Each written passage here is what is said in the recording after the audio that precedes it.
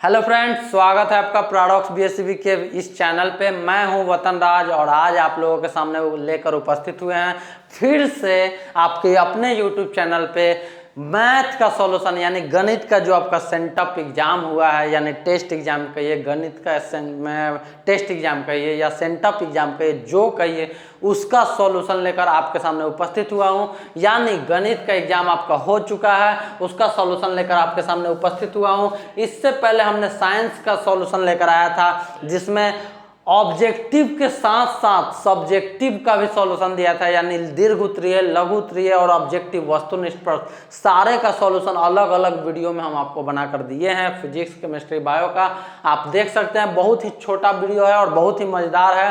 सारे का सॉल्यूशन एक बेहतर ढंग से समझा कर किया गया है। उसी तरह से आज हम लेकर उपस्थित हुए हैं मैथ का पहले ऑब्जेक्टिव क्वेश्चन। जैसा कि आप लोग को पता होगा कि 60 क्वेश्चन पूछते हैं ऑब्जेक्टिव, जिसमें 50 का जवाब देना होता है पैटर्न के हिसाब से, जो हमारे एग्जाम पैटर्न में बताया गया होगा पैराडॉक्स बीएससीबी के ऐप के द्वारा।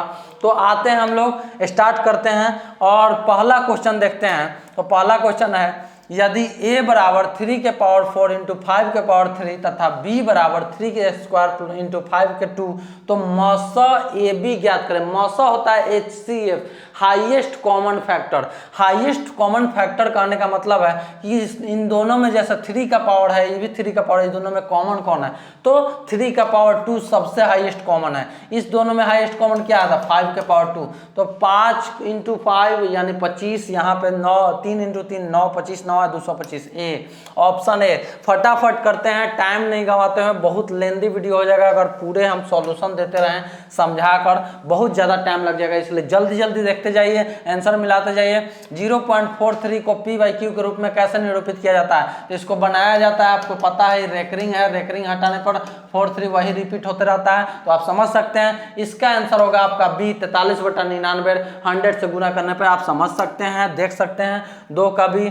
3 का आंसर हम आते हैं, चतुर्भुज के सभी चारों कोणों का योग। ये तो बहुत ही इजी सवाल है, 360 डिग्री, आप समझ सकते हैं। फिर हम आगे बढ़ते हैं 4 नंबर क्वेश्चन की ओर। ये कह रहा है कि आपका पेन का कलर बदल लेते हैं हम। आपका कह रहा है कि 11/80 का दशमलव प्रचार। तो शांत अशांत चेक करने के लिए हम फॉर्मूला था 2 के पावर n इंटू 5 के पावर m p बटा इतना। तो 2 के पावर n यानी 2 का, इसके पावर 2 के पावर 4 हो जाएगा, 5 के पावर 1 हो जाएगा, यानी 4 और 1 यानी शांत है। नीचे वाला शांत आ रहा है या ऊपर वाला p के रूप में आ रहा है, यानी a। 4 का a। ये आप फटाफट करते जाइए, थोड़ा बहुत सॉल्यूशन को देखते जाइए बृहद लेवल पे। ऐसे सॉल्यूशन कोई नहीं देता होगा जिसमें थोड़ा बहुत हम समझाते भी जाते हैं, थोड़ा लेंदी जाएगा, मतलब 12-15 मिनट का वीडियो जाएगा, बस बहुत ही बेहतरीन जाएगा। अब 5 नंबर क्वेश्चन पे आते हैं। निम्नलिखित में से कौन सी अभाज्य संख्या है? अभाज्य संख्या बनाना है। अभाज्य संख्या मतलब जो नहीं कटे। 41 कभी नहीं कटेगा, स्वयं से ही कटता है और 1 से ही करता है और किसी से नहीं करता। ये अभाज्य संख्या है, आप बहुत बचपन से पढ़ते आ रहे हैं, समझते आ रहे हैं। आगे बढ़ते हैं, हम आगे देखते हैं। हमारा 6 नंबर क्वेश्चन कहता है 6 बहुपद 8x प्लस 14 का शून्यक होगा। तो शून्यक निकालने के लिए 8x प्लस 14 बराबर 0। तो 8x बराबर -14 यानी x बराबर -14/8 यानी -14/8 को हम डिवाइड करेंगे तो 7/4 आ जाएगा, यानी 6 का भी आप समझ सकते हैं। देखिएगा वीडियो को रोक के कैसे हम समझाए हैं। फिर आगे बढ़ते हैं 7 नंबर क्वेश्चन में। तो 7 नंबर 128/168 का दशमलव सरलतम रूप लिखे। तो इसको काटते जाइए, 8 से यह भी कटेगा, 8 से कट के आपका हो जाएगा 11 16 और ये 8 से कट के 21 हो जाएगा, यानी 16/21 बी। 7 का भी बी, बहुत ही बी आंसर आ रहे हैं आपके पास। फिर हम आपको बता दें निम्नलिखित में से कौन परिमेय अपरिमेय संख्या है? तो अपरिमेय जो रूट से बाहर ना निकले तो √5, रूट से बाहर नहीं निकलेगा, डी। आपका समझ गए। आगे बढ़िए। फिर हम आगे बढ़ते हैं। तो निम्नलिखित में से कौन सा द्विघात समीकरण है? तो द्विघात समीकरण है यहाँ पे, ये x स्क्वायर के रूप में है, ये तोड़िएगा तो स्क्वायर के रूप में आ जाएगा। ये √x में है तो नहीं होगा, ये भी √x में आएगा तो नहीं होगा, ये q के रूप में है नहीं होगा, यानी ए ऑप्शन। ये छांटते जाइए, बहुत ही ईजी है, बहुत ही ईजी है। और एक्सप्लेन करके आपको अगर समझना है, जानना है तो हमारे ऐप पे पहुंचिए और हमारे ऐप पे विशेषज्ञ फैकल्टी द्वारा जो पढ़ाया गया उसको सीखिए, समझिए और हमारे गेस्ट पेपर को खरीदिए, हमारे क्वेश्चन बैंक को खरीदिए, हमारे क्रैश कोर्स को खरीदिए ऐप पे आकर और सारे चीज़ों को एक्सप्लेनेशन अच्छे से समझिए। सारे क्वेश्चन लड़े हैं, इसी टाइप का क्वेश्चन दिया गया है गेस्ट पेपर में, आप वहाँ देख सकते हैं। 10 का निम्नलिखित में से कौन परिमेय संख्या है? परिमेय संख्या जो रूट से बाहर आ जाए तो रूट से बाहर क्या आ जाएगा? √9 यही आएगा, क्योंकि 3 इसका निकल जाएगा, इसका 1/√3 हो जाएगा, इसका रूट निकलेगा नहीं, इसका 1/10 हो जाएगा, रूट में तो नहीं होगा, यानी ए 10 का ए। आप देख रहे हैं कि कितने बेहतरीन ढंग से हम आपके सामने पेश कर रहे हैं। आगे बढ़ते हैं हम, तो आगे आपको दिखाते हैं 11 नंबर, निम्नलिखित में से कौन द्विघात बहुपद है जिसके शून्य 5 और -3 है? यानी हम x -5 कर लेंगे और x +3 कर लेंगे। ऐसे करेंगे तो हमारे पास आएंगे x² -5x + 3x -15, तो यहाँ पे आ गया -2x -15 यानी a, यानी आपका 11 का a आंसर हो जाएगा। ये देख सकते हैं कितने इजी वे में हम आपको समझा दिए हैं। आप हमारे फैकल्टियों के द्वारा पढ़िएगा और बेहतर ढंग से समझिएगा। निम्न में कौन से 3x - y = 0 तथा 3x + 5y = 36 का हल है? तो हम यहाँ पे पुट करके वैल्यू देख लेंगे तो हमको यही मिलेगा जो इसका 0 वैल्यू देगा। देखिए जैसे पुट करके 6 और यहाँ y का वैल्यू 6 - 6 0, ऐसे ही कोई और नहीं मिलेगा तो आपका 12 का ए हो जाएगा। आप समझ पा रहे होंगे अच्छे से। आई होप कि आपको समझ आ रहा होगा। हम आपको बता दें कि आप अब जज कर सकते हैं अपने आप को कि हम कितने अच्छे हैं, कितने हमने सॉल्व किया, कितने अपने से सॉल्व नहीं किया, क्या प्रॉब्लम आ रहा है, कैसे तैयारी करें। तो आप आराम से पैराडॉक्स BSCB के ऐप पढ़ाएं, यूट्यूब पढ़ाएं और उनसे संपर्क करें और आराम से पढ़ें इजी वे में। हर एक चीज़ का इजी वे में पढ़ाया गया और अपने तैयारी में बेहतर से बेहतर मार्क्स लाएँ।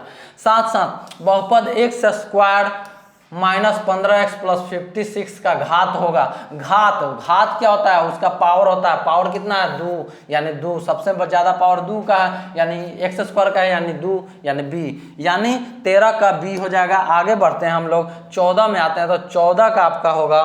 14 में यदि दो चरों में दो रैखिक समीकरणों के आलेख प्रतिच्छेदी रेखाएं हो तो हल की संख्या होगी। प्रतिच्छेद कर रहा है यानी काट रहा है, जब काटेगा तो एक ही हल होगा, यानी सिर्फ और सिर्फ एक हल, यानी 14 का भी ए और बी की संख्या बहुत ज़्यादा आ रहे हैं, मतलब ए और बी बहुत सही विकल्प हैं। दूसरा आगे बढ़ते हैं, त्रिघात बहुपद में इतना इतना के शून्यकों का योग होगा, तो योग के लिए अल्फा + बीटा + गामा त्रिघात है, सॉरी यहाँ गामा होगा, तो -b/a। b आपका है -3, तो माइनस प्लस हो जाएगा। a है आपका 1, 3/1 यानी 3b, यानी 15 का b। देख रहे हैं ऑप्शन कैसे टकरा रहे हैं, a और b कंटिन्यू आपका a और b ऑप्शन हो रहे हैं। आगे बढ़िए, समांतर श्रेणी में 1/3, 5/3, 9/3 इतना सार्व अंतर होगा, यानी d निकालने के लिए क्या होता है? द्वितीय पद माइनस, यानी दूसरा पद माइनस पहला पद, दूसरा पद माइनस पहला पद, तो दूसरा पद माइनस पहला पद कीजिएगा तो 4/3 आएगा, यानी 16 का सी होगा। आप समझ पा रहे होंगे। आगे बढ़ते हैं, फिर टाइम नहीं है, 60 क्वेश्चन सॉल्व कराने हैं कम टाइम में, इसलिए जल्दी जल्दी कर रहे हैं। x² + bx + c = 0 के मूल समान हो तो निम्नलिखित में कौन सत्य है? b² = 4c जब होगा तभी मूल समान होंगे, नहीं तो मूल समान कभी नहीं होंगे। ये आप समझ सकते हैं, क्लियर है, आप पढ़े होंगे, देखे होंगे। आगे बढ़ते हैं, सभी वर्ग होते हैं, सभी वर्ग में क्या होता है? भुजा भी समान होता है और सभी में कोण भी समान होता है। तो वर्ग भुजा समान तो समरूप, और कोण समान तो सर्वांग सम, यानी दोनों होंगे, ए और बी दोनों, यानी सी। 18 का सी आंसर होगा। आप समझ गए होंगे। 19 नंबर पे पहुंचते हैं हम, तो 19 नंबर पे आपका है द्विघात समीकरण इतना इतना का मूल होता है। मूल यानी रूट निकालने का फॉर्मूला होता है x = -b ± √b² - 4ac/2a। यही विकल्प आपका सही है, यानी 19 का ए होगा। आप समझ गए होंगे। 20 पे पहुंचते हैं, तो 20 का आपको आंसर जानना है। आइए दिखाते हैं 20 का। त्रिभुज PQR में QR को इस बिंदु तक बढ़ाया गया है जिससे PRS 100 है, तो PQR यहाँ से S तक बढ़ाया गया है। PQR R को कहाँ तक बढ़ाया गया है? QR को S तक बढ़ाया गया है। तो बोल रहा है PRS का वैल्यू 100 डिग्री है, तो ये हो जाएगा 80 डिग्री, क्योंकि पूरा लाइन का एंगल होता है 180 डिग्री, तो ये ऑटोमेटिक 80 डिग्री हो जाएगा। और पी क्यू आर 70 डिग्री दिया है तो 80 और 70 ये 150, और हमारा तीनों कोनों का योग होता है त्रिभुज के तीनों कोनों का, यानी 180 डिग्री, यानी 80 150 मतलब 30 यहाँ पे, तभी 180 होगा, यानी समझ गए 30 आंसर होगा ये। जहाँ हमको थोड़ा बहुत सॉल्व कराने की जरूरत है वो करवाते जा रहे हैं। थोड़ा वीडियो लंबा हो सकते हैं बट बहुत ही इफेक्टिव वीडियो है, ऐसा वीडियो आपको नहीं मिलेगा जल्दी और कम टाइम में इतना अच्छा वीडियो। चलिए आगे बढ़ते हैं। इसका आंसर ए हुआ। ए और बी काफी टकरा रहे हैं, देख रहे हैं आप लोग। 21 नंबर पे आ रहे हैं, तो 21 नंबर आपका है समांतर श्रेणी 5, 7, 9, 11 का 25वां पद होगा, यानी 25वां पद निकालने के लिए हमको क्या दिया हुआ है, TN हमको निकालना है और N पता है, A पता है 5 प्लस N पता है 25 माइनस 1 इंटू D पता है हमको 7 माइनस 5 दूसरा पद माइनस पहला पद यानी 2, यानी हो गया आपका 5 प्लस 24 दूना 48, 48 और 5 53, यानी आपका आंसर 53 बी, यानी 21 का बी।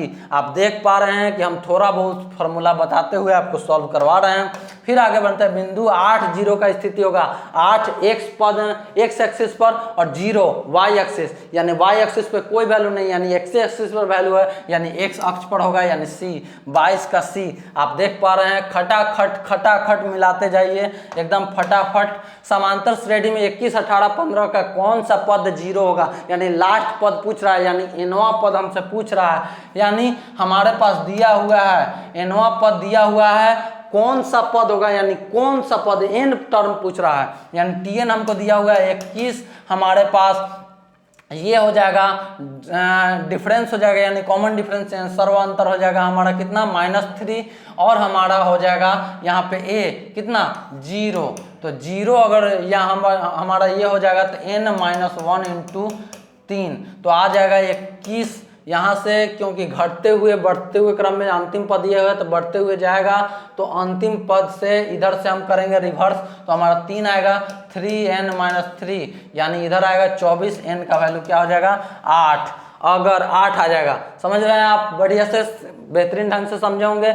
आगे बढ़ते हैं हम, तो आगे बढ़कर फिर देखते हैं हम यहाँ पे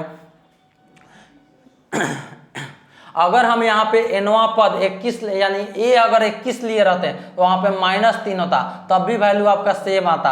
अगर यहाँ 21 नहीं लिए हैं, वहाँ पे माइनस नहीं आया है, तब भी वैल्यू आपका सेम आ रहा है, यानी दोनों कंडीशन में वैल्यू सेम आएगा, यानी 8वां पद ही होगा, यानी D समांतर श्रेणी में 23 का D होगा। आप समझ गए होंगे, दोनों तरफ से बना सकते हैं, इतना एक्सप्लेन करने का टाइम नहीं बच्चों। आगे बढ़ते हैं। निम्नलिखित में कौन समांतर श्रेणी नहीं है, ये है कॉमन डिफरेंस 1 है, ये है कॉमन डिफरेंस 3 है, ये है कॉमन डिफरेंस आपका 3 है, तो ये नहीं है, यानी डी ऑप्शन होगा, यानी 24 का डी। 25 में आते हैं, 25 में आपका आंसर देखिए क्या होता है। 25 में होगा किसी द्विघात बहुपद का इतना इतना के शून्य का अल्फा बीटा हो तो अल्फा इंटू बीटा कभी भी सी बाई ए होता है, तो सी हमारा 8 है, ए 1 है, तो 8/1 8, यानी ऑप्शन ए। 25 का ए सही, यानी ए और बी टकराते जा रहे हैं, आप देख रहे हैं कंटिन्यू। त्रिभुज ABC जिसके शीर्ष इतना इतना इतना, तो केंद्रक के निर्देशांक हो गए। निर्देशांक का फॉर्मूला होता है x1 + x2 + x3/3 और y1 + y2 + y3/3। समझ गए बातों को, तो यहाँ पे आप कर लीजिए, तो यहाँ कीजिएगा तो -2 + 5 यानी 3, 3 6 3 9/3 यानी 3 वाला एक ही ऑप्शन है, आप देख लिए। लेकिन इसको भी करके देख लेते हैं कि ये विकल्प सही है कि नहीं। तो 10 - 4 6 + 10 16/3 16/3 यहाँ बिल्कुल नहीं आ रहे हैं, मतलब कहीं ना कहीं कुछ ना कुछ गड़बड़ है, यानी ऑप्शन गलत दिया हुआ है। फिर भी आप कोई भी ऑप्शन मारेंगे तो इसमें आपको नंबर मिल जाएगा, बट क्लोजली ऑप्शन यानी निजी ऑप्शन यानी उसके क्लोजली में एक्स एक्सिस का मान सही दिया हुआ है, वाई एक्सिस का गड़बड़ है, वो 3 और 2 है, तो ये ऑप्शन या कोई भी मारिए आपको विकल्प में आंसर मिलेगा ही मिलेगा, आपको मार्क्स मिलेगा ही मिलेगा। आगे बढ़ते हैं। यदि दो समरूप त्रिभुजों के क्षेत्रफल का अनुपात इतना इतना है तो उनके संगत भुजाओं का अनुपात होगा। तो इतना इतना क्षेत्रफल का अनुपात है तो क्या हो जाएगा, √3/4 गुने भुजा स्क्वायर तो भुजा बाई भुजा 10/11, यानी डी ऑप्शन। आप समझ गए होंगे बातों को, मेरा स्पष्ट नहीं समझे होंगे, हमारे ऐप तक पहुँच के समझे, क्योंकि ये हम इस वीडियो में लेंदी नहीं कर सकते हैं, जल्दी से सॉल्यूशन देना मेरा फर्ज बनता है, बहुत ज़्यादा घुमाने से फ़ायदा नहीं है, इसलिए हम जल्दी ही बनाएंगे आपको। आप आप समझ गए होंगे। अब हम आगे बढ़ते हैं। बिंदुओं 4,0 और 5,1 के बीच दूरी है। 4,0 और 5,1 के बीच दूरी है, यानी डिस्टेंस फार्मूला लगेगा। डिस्टेंस फार्मूला होता है √x2 - x1 का whole square plus y2 - y1 का होल स्क्वायर। तो यहाँ पे लगा दीजिए 5 - 4 यानी 1 का स्क्वायर, 1 - 0 1 का स्क्वायर, 1 स्क्वायर 1 + 1 2 यानी √2 b, यानी 28 का b। देख रहे हैं कंटिन्यू वही आंसर आ रहा है, ए और बी। आगे दो समकोणिक त्रिभुजों में उनकी संगत भुजाओं उनका अनुपात सदैव समान रहता है। यह किसने कहा था, किसने दिया था? थेल्स महोदय ने बताया था कि उनकी संगत भुजाओं का अनुपात क्या होता है, हमेशा समान रहता है समकोणिक भुजाओं में। ये आप समझ गए होंगे, यानी 29 का ए आप स्पष्ट हो गए। 30 में हम आते हैं। 30 में मूल बिंदु का नियामक होता है। मूल बिंदु जब बोल ही दिया तो यानी हम सेंटर पे पहुंच गए, और सेंटर का नियामक डी होगा, यानी 0 0 होगा, यानी 30 का डी होगा। देख रहे हैं कितने बेहतर ढंग से थोड़ा बहुत समझाते हुए जल्दी से हम वीडियो को खत्म कर रहे हैं। बहुत सारे वीडियो आपने देखा होगा, जैसे भी हो आंसर बस बता कर निकला होगा, बट यहाँ पे हम फार्मूला भी बताते जा रहे हैं, कुछ सॉल्व भी कराते जा रहे हैं ताकि आपको आइडिया भी मिलता जाए। मतलब यह वीडियो आपके लिए काफ़ी इफेक्टिव है और काफ़ी आरामदायक है, जो देखकर आप बहुत कुछ समझ सकते हैं। आगे बढ़ते हैं हम 31 नंबर क्वेश्चन में। तो 31 नंबर क्वेश्चन यहाँ पे हिंदी वाला दिखाते हैं हम आपको। तो हिंदी वाला 31 नंबर क्वेश्चन यहाँ पे है आपका।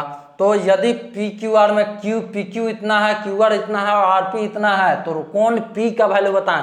ये बहुत ही ट्विस्ट क्वेश्चन है, क्योंकि अब हम यहाँ पे दिखाते हैं क्यू आर 12 है, तो दो भुजाओं का योग अगर इसके बराबर आता है तभी हम फॉर्मूला लगाते हैं कर्ण स्क्वायर बराबर लंब स्क्वायर प्लस आधार स्क्वायर, और ये दोनों को जोड़िएगा 6 और 6 का स्क्वायर और 6√3 का स्क्वायर को जोड़िएगा तो 12 के स्क्वायर के बराबर आएंगे। यानी यह दोनों लंब और आधार हमेशा रहेंगे और हमेशा ये कर्ण रहेगा। तो जब भी यह कर्ण होगा यानी यह 12, इन दोनों में से कोई 6 और कोई 6/√3, तो आप मिला लीजिए। पी क्यू का वैल्यू अब कैसे सेट कीजिएगा, P और Q इसी को रखना होगा तो आपका 6 होगा।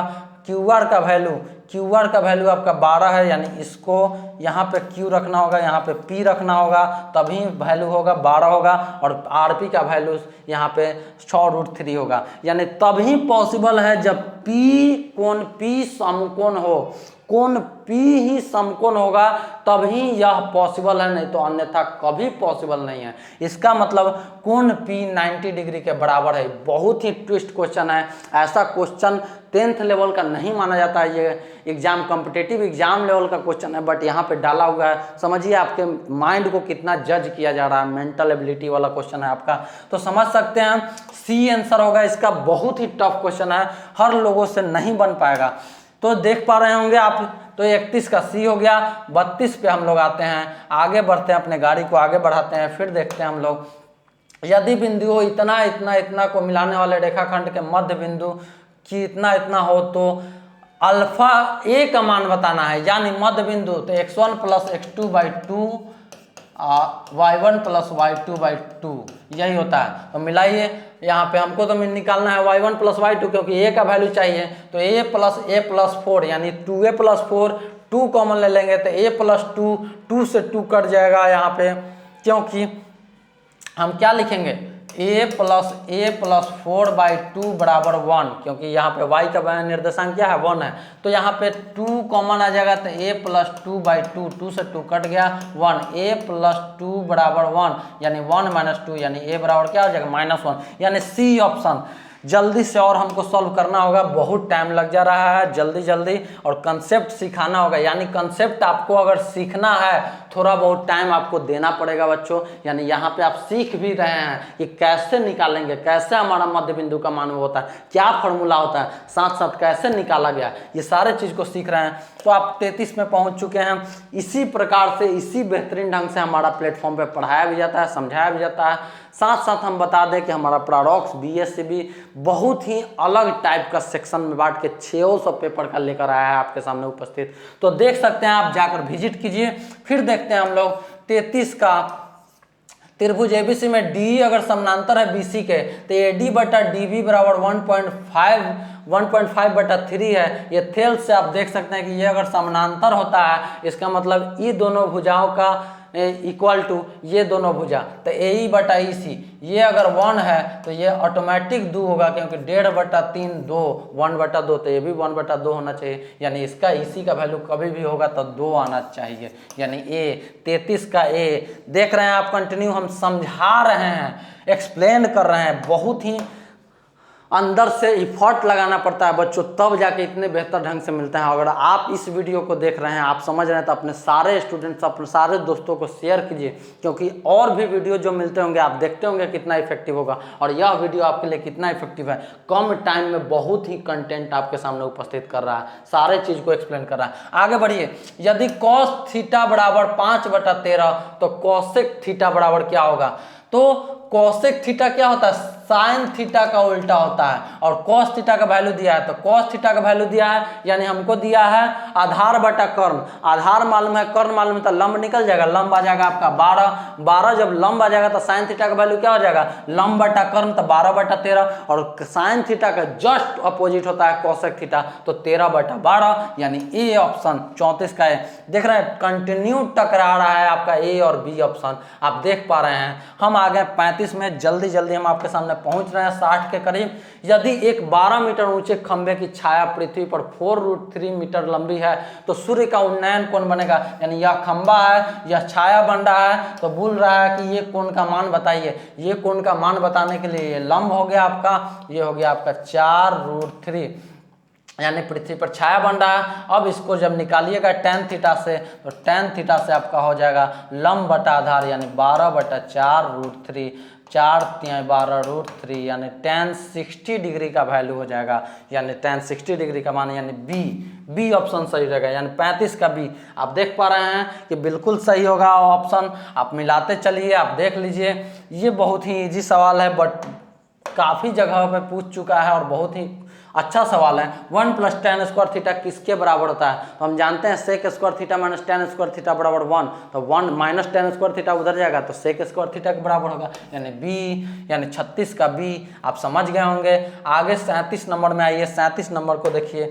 और समझिए। 8 त्रिज्या वाले वृत्त के थीटा कोण वाले त्रिज्याखंड के चाप की लंबाई, त्रिज्याखंड का अगर क्षेत्रफल पूछता तो कभी भी आंसर r² में होता, यानी ये होता, नहीं तो ये होता। लेकिन चाप की लंबाई पूछा है, यानी चाप की लंबाई पूछा है तो r में होगा। अब ये नहीं तो ये होगा, लेकिन 2πr होता है, लंबाई पूरा मापा जाता है, परिमाप मापा जाता है, इसलिए 2πr होगा, यानी ये आपका आंसर हो जाएगा बी, 37 का बी। आप समझ पा रहे हैं, देख पा रहे हैं बढ़िया से। इतने ढंग से हम आपको समझा पा रहे हैं कि लंबाई पूछा है, चाप की लंबाई तो क्या बताइएगा, क्षेत्रफल पूछेगा तो क्या बताएगा, सब कुछ आपको बता रहे हैं। यदि एक वृत्त के परिमाप और क्षेत्रफल संख्यात्मक रूप से बराबर है, यानी डिजिट उसका सेम है, तो उस वृत्त की त्रिज्या होगी, तो संख्यात्मक रूप से बराबर है, यानी πr² बराबर 2πr, तो r से r खत्म, पाई से पाई खत्म, तो r बराबर 2, यानी 2 इकाई।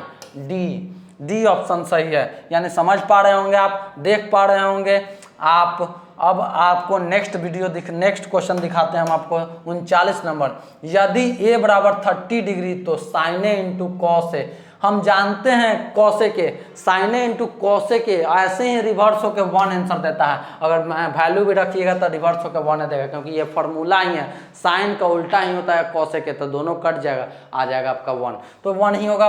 फॉर्मूला पे रख भी लीजिएगा, तब साइन 30 1/2, कॉसेक 30 2 से 2 कट गया 1, यानी ए ही आएगा, किसी भी हालत में ए ही आंसर आएगा। 39 का ए। कंटिन्यू आगे बढ़ते हैं, 40 नंबर क्वेश्चन पे आते हैं। 40 नंबर, एक चक्कर में 14 सेंटीमीटर त्रिज्या के पहिया द्वारा तय की गई दूरी, यानी वृत्त का परिमाप पूछ रहा है। परिमाप होता है 2πr, 22/7, उनके r कितना है 14, 7 दूनी 14, 22 दूना 44 दूना 88, यानी 88 सेंटीमीटर। बी ऑप्शन सही है आपका, 40 का बी। 41 नंबर क्वेश्चन में आइए। Sec 90 - a cosec A, cos 90 minus A sine A होता है, सेक कॉसेक में बदलता है, कॉस साइन में बदलता है, साइन कॉस में बदलता है, कॉसेक सेक में बदलता है, यानी कॉसेक ए। सी ऑप्शन आपका सही होगा, यानी आप 41 का सी। 42 में आ जाइए, 42 में देखते हैं हम यदि शंकु की त्रिज्या r तथा तिर्यक l ऊंचाई हो तो वक्र पृष्ठ का क्षेत्रफल होगा। शंकु का वक्र पृष्ठ का क्षेत्रफल पाई आर एल और पूर्ण पृष्ठ का क्षेत्रफल pi r l into r plus L.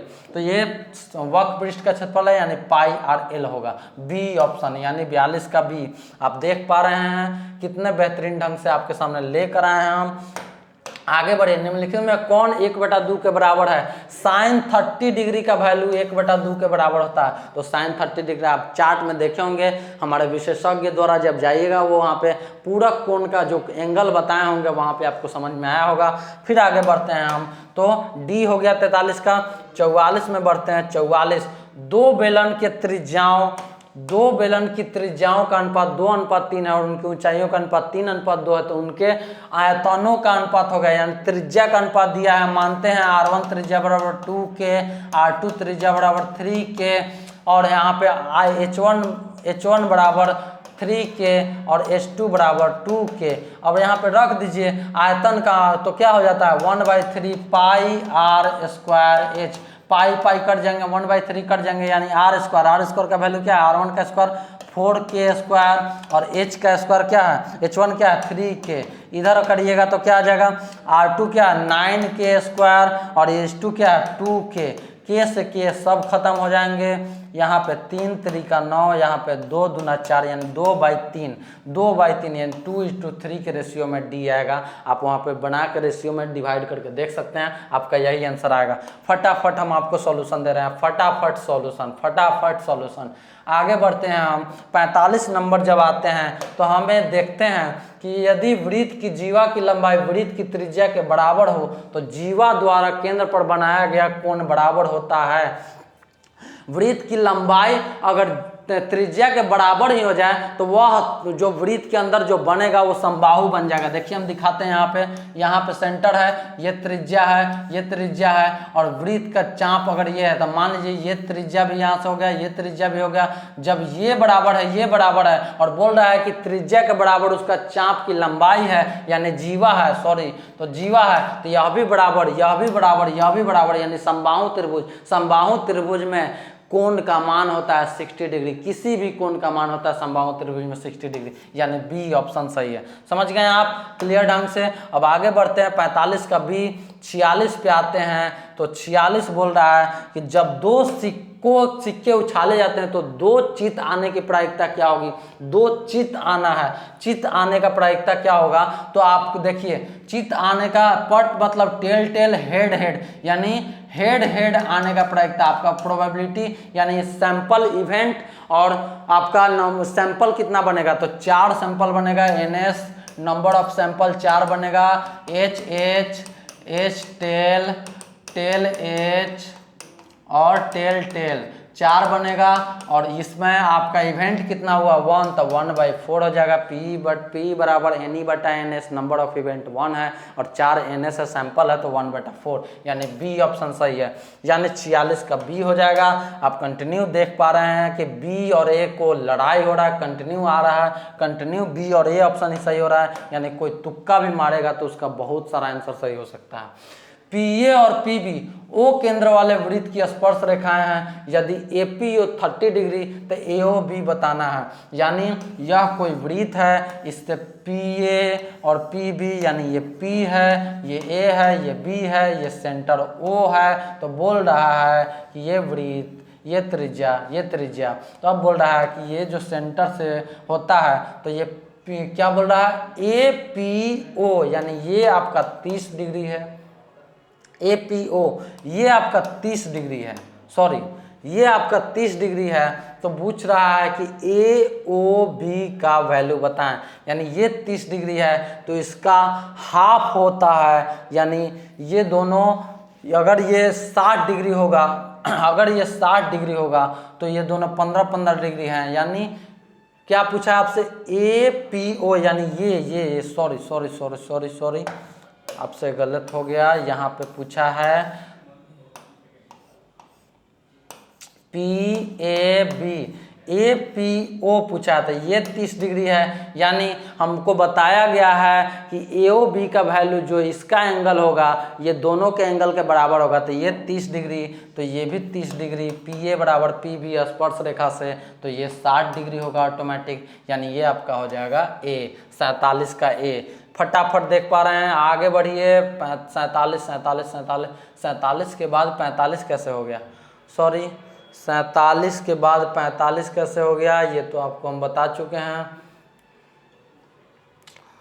कुछ तो एरर हो गया है। चलिए आगे बढ़ते हैं, ये देख चुके हैं हम। आगे बढ़ते हैं हम अपने 48 नंबर क्वेश्चन पे। हमने जो सॉल्व कराया, आगे बढ़ते हुए कॉस ए बराबर साइन ए कब होगा, 45 डिग्री पे वैल्यू सेम होता है कॉस और साइन का, तो ये आंसर, ये तो फटाफट बनाने का है 48 का ए। आप 49 नंबर में आइएगा, तो 49 नंबर में बोल रहा है अर्धवृत्त का कोण होता है, यानी वृत्त का कोण का एंगल के मान कितना होता है 360 डिग्री, तो अर्धवृत्त हो गया, यानी आधा D 90 180 डिग्री, आप समझ गए, यानी 49 का D। 50 आपका है 4 sine square 0 plus 4 cos square 0, value भी रखिएगा तो 4 ही आंसर आएगा, और 4 कॉमन लेके sine square 0 plus cos square 0 1 होता है, तो 4 × 1 4 ही आएगा। आप चेक कर लीजिएगा, हमेशा आंसर 4 ही आएगा, यानी 50 का D आंसर होगा। आगे बढ़िए 51 नंबर में। 51 नंबर में बोल रहा है किसी निम्न में से कौन सी किसी घटना की प्रायिकता हो सकती है, यानी प्रायिकता कभी भी होता है तो 0 से 1 के बीच ही में होता है। तो देखिए 0 से 1 में कौन कौन है, -1 नहीं होगा, -0.3 नहीं होगा, 2 कभी नहीं होगा, तो आपका ऑप्शन बचा A, यानी 1 होता है, 0 से 1 के बीच में होता है, यानी 1 भी होता है, तो यहाँ पे 1 हो जाएगा, यानी 51 का 1 हो जाएगा। यानी प्रायिकता जो होता है 0 से लेकर 1 तक होता है, ये प्रोबेबिलिटी 1 तक होता है, तो ये 1 भी हो जाएगा, इक्वल टू का चिन्ह है। 51 का 1। फिर 52 नंबर क्वेश्चन में आते हैं, तो बहुलक पूछा है। बहुलक मतलब जिसका बहुलता अधिक हो। बहुलता किसका अधिक है इसमें, देखिए 2 बार आया है, 6 3 बार आया है, 8 एक बार है, 3 एक बार है, और सब एक बार है, यानी 6 की बहुलता ज़्यादा है, यानी ऑप्शन सी सही। देख के ही ऑप्शन मारने वाला है 52 का सी, आप समझ गए होंगे। 53 पे आइए, 53 क्या कह रहा है, 53 क्या कर रहा है, यदि एक गोले की त्रिज्या 7 सेंटीमीटर हो तो इसका आयतन होगा, आराम से निकालिए 4/3 pi r cube, 4/3 into 22/7 into 7 into 7 into 7, एक 7 से 7 काट दीजिए, इसको गुना कर लीजिएगा, आपका आंसर होगा इसके बराबर, डी के बराबर, यानी 1437.1/3 सेंटीमीटर क्यूब, इसके बराबर होगा, यानी 53 का डी आंसर हो गया। आप 54 में आइए। 54 में आपसे पूछ रहा है आंकड़े इतना का परिसर ज्ञात कीजिए। परिसर होता है उच्च सीमा माइनस निम्न सीमा। उच्च सीमा आपका सबसे ज़्यादा है 33 और सबसे निम्न है 7। 33 में से 7 जाएगा 26 आएगा, तो 26 यानी ए। समझ गए, उच्च सीमा माइनस निम्न सीमा यानी 54 का ए होगा। आगे बढ़िए 55 की ओर। 55 आपका है यदि एक बेलन के आधार का व्यास 28 सेंटीमीटर है तथा इसकी ऊंचाई 20 सेंटीमीटर, इसका वक्र पृष्ठ क्षेत्रफल ज्ञात करना। वक्र पृष्ठ बार लोग भूल जाते हैं कि आयतन अलग होता है, वक्र पृष्ठ क्षेत्रफल अलग होता है। क्षेत्रफल कभी भी मीटर स्क्वायर में होगा, आयतन कभी भी मीटर क्यूब में होता है। तो वक्र पृष्ठ पूछा है, यानी आधार व्यास दिया, तो व्यास से d बराबर 2r, r बराबर d/2, यानी r कितना आ जाएगा 14, यहाँ पे h आ गया हमारा 20, तो हमारा होता है 2 पाई r h। बेलन का वक्र पृष्ठ होता है 2 पाई r h, 2 × 22/7 गुने r है आपका 14 × 20, 7 × 14, यहाँ से गुना कीजिएगा, आपका आएगा 888, यानी आपका 1760, सॉरी 22 × 44 दूना 88 में इतना से कीजिएगा 1760 सेंटीमीटर स्क्वायर। देख लीजिएगा 55 का सी एकदम आएंगे, जो हम बोल दिए वो लकीर का फकीर मान लीजिए, वही आंसर सही होंगे अप्रॉक्स। आइए साइन 29/cos 61, ये क्वेश्चन को हम आपको बता दें कि जैसा भी जब भी रेशियो में क्वेश्चन पूछेगा तो दोनों का एंगल जोड़ लीजिएगा। अगर दोनों का एंगल 90 डिग्री के बराबर हो रहा है मतलब उसका कभी भी वैल्यू 1 होगा, कभी भी कहीं भी वैल्यू 1 होगा, यानी वो दोनों का एंगल के जोड़ने पर अगर 90 डिग्री है, पूरा कोण है, तो वो कभी भी 1 ही देगा अगर रेशियो में है तो इसका मतलब इसका वैल्यू 1 ही होगा। आप चेक भी कर सकते हैं, इसको 90 साइन को कॉस में बदल दीजिएगा, 61 आ जाएगा, cos 61/61 1 हो जाएगा। समझ गया, यानी ऑप्शन बी सही, 56 का ऑप्शन बी सही। चलिए थोड़ा रिलैक्स होकर कुछ हम आपको बताते हैं कि 56 का बी तो तक पहुंच गए। 4 क्वेश्चन और हैं। आपको यह वीडियो कैसा लगा होगा, देखिए होगा, बढ़िया से समझिएगा। इतने बेहतर ढंग से कहीं भी आपको अरेंज करके नहीं मिलेंगे। हमारा कुछ टाइम टेकन हुआ है, बट आपको सारा फार्मूला, सारे कंसेप्ट को बताते चल रहे हैं ताकि आप तुरंत सॉल्व कर लें। हमारे वीडियो से आपके सॉल्यूशन के साथ साथ उसका एक्सप्लेनेशन भी मिलेगा, यानी आपको आंसर के साथ साथ एक्सप्लेनेशन भी मिलेगा। सॉरी, हमारे ऐप तक पहुंचिए, हमारे फैकल्टी को डाउनलोड करके पहले देखिए और देखिए कि विशेषज्ञ आपके लिए लायक हैं कि नहीं, और आपने प्री बोर्ड से अपने आप को सेल्फ जज कीजिए कि आप कैसे हैं, क्या करना चाहते हैं। तो गेस पेपर को खरीद सकते हैं हम, क्वेश्चन बैंक को अलग से खरीद सकते हैं, गेस पेपर को अलग से खरीद सकते हैं, क्रैश कोर्स को फुल अलग से खरीद सकते हैं। ये ऑफर आपको वहाँ पे मिलेगा। और दीपावली में ऑफर चल रहा है, तो दीपावली में आप देख सकते हैं धमाकेदार ऑफर है हमारे इस ऐप के लिए, यानी कम से कम प्राइस पे खरीद लीजिए और प्री बोर्ड के बाद से तैयारी में लग जाइए फुली एंड फाइनल।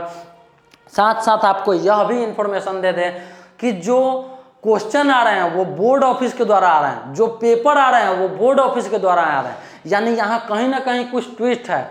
हमें सुनने में आया है, हो सकता है कि ये न्यूज़ गलत भी हो जाए, मैसेज गलत भी हो जाए, बट हमें सुनने में आया है कि कोरोना का असर फिर बढ़ रहा है और पैंडेमिक सिचुएशन आने के वजह से, कोरोना का सिचुएशन फिर से क्रिएट होने के वजह से आपका लॉकडाउन का स्थिति होगा। हो सके कि फाइनल एग्जाम आपका नहीं हो, ये हो सके है, लेकिन इसके वजह से आप पढ़ना नहीं छोड़ दीजिएगा, आपको पढ़ना पड़ेगा, क्योंकि हो भी सकता है, नहीं भी हो सकता, प्रोबेबिलिटी है, इसलिए पढ़ना नहीं सोचना है। इसलिए यह एग्जाम को भी सीरियस होकर देना है, क्योंकि हो सकता है कि इसी के आधार पर रिजल्ट निकाल दे अगर पैंडेमिक सिचुएशन बना रहे तो। अगर नहीं निकाल रहा है तो आपका एग्जाम कंफर्म होगा। ये न्यूज़ हम कोई कंफर्मेशन के साथ नहीं दे रहे हैं, बट हो सके संभावना व्यक्त कर रहे हैं कि ऐसा हो सकता है, इसलिए इस एग्जाम को भी सीरियस में दीजिए और कहीं भी एक क्वेश्चन को मिस नहीं कीजिए, यही रिक्वेस्ट है आपसे। और ऐप और यूट्यूब पे मेरा बने रहिए, आप अच्छा से अच्छा मार्क्स जरूर लाइएगा, ये हमारा वादा है। आगे बढ़ते हैं, लास्ट पड़ाव पे हम लोग आ चुके हैं। 57 नंबर क्वेश्चन कर रहा है, निम्नलिखित में से कौन आलेख द्वारा निर्धारित किया जा सकता है माध्यक। इसके बारे में डिटेल चर्चा कर सकते हैं, लेकिन टाइम कम है, बहुत ज़्यादा समय लग गया, तो माध्यक होगा, यानी बी ऑप्शन होगा, 57 का बी। आगे बढ़ते हैं, हम अपना 58 नंबर क्वेश्चन में आते हैं। 58 नंबर क्वेश्चन कहता है ABC में tan थीटा बराबर होगा, tan थीटा यहाँ लंब बाई कर्ण, लंब बाई आधार, सॉरी, तो लंब बाई आधार 4/3, के से के कट जाएगा, यानी 4/3 बी ऑप्शन, यानी 58 का बी ऑप्शन होगा। आप आइए 59 नंबर में, 59 नंबर में आप देख सकते हैं, 59 नंबर में जो है cos A इंटू सेक ए, हमेशा बताए हैं कि जो रिवर्स एंगल वाला निष्पत्तियाँ होंगे, cos का उल्टा होता है सेक, साइन का उल्टा होता है cos एक, तो cos A इंटू सेक ए हमेशा 1 होगा, रिवर्स वाला हमेशा 1 होता है, यानी सी 59 का सी। लास्ट क्वेश्चन है आपके सामने, देख लीजिए इस क्वेश्चन को और हम आपसे विदा लेंगे ऑब्जेक्टिव के लिए, फिर मिलेंगे सब्जेक्टिव में। तो ये देखिए, बिंदु ए माइनस बी की दूरी मूल बिंदु से होता है, मूल बिंदु से दूरी निकालने के लिए होता है √x² प्लस y²। x का वैल्यू है -a, तो -a का स्क्वायर a² माइनस b का स्क्वायर b², तो a² प्लस b² √अंडर में, यानी a। 60 का आंसर होगा a। हमारी आपकी मुलाकात यहीं तक, आपने सारा सॉल्यूशन को देखा कंसेप्ट के साथ। तो मिलते हैं फिर नेक्स्ट वीडियो में सब्जेक्टिव को लेकर, सब्जेक्टिव सॉल्यूशन लेके, और सारे सब्जेक्ट का सॉल्यूशन यहाँ पे आपको प्रोवाइड होगा। तो पैराडॉक्स के साथ बने रहिए, इस यूट्यूब चैनल पे बने रहिए। मिलते हैं नेक्स्ट वीडियो में, जो भी इन्फॉर्मेशन इसमें बताएं सब आपके लिए ज़रूरत है। तो आगे हम नेक्स्ट वीडियो में मिलते हैं, तब तक के लिए okay, bye bye, see you again.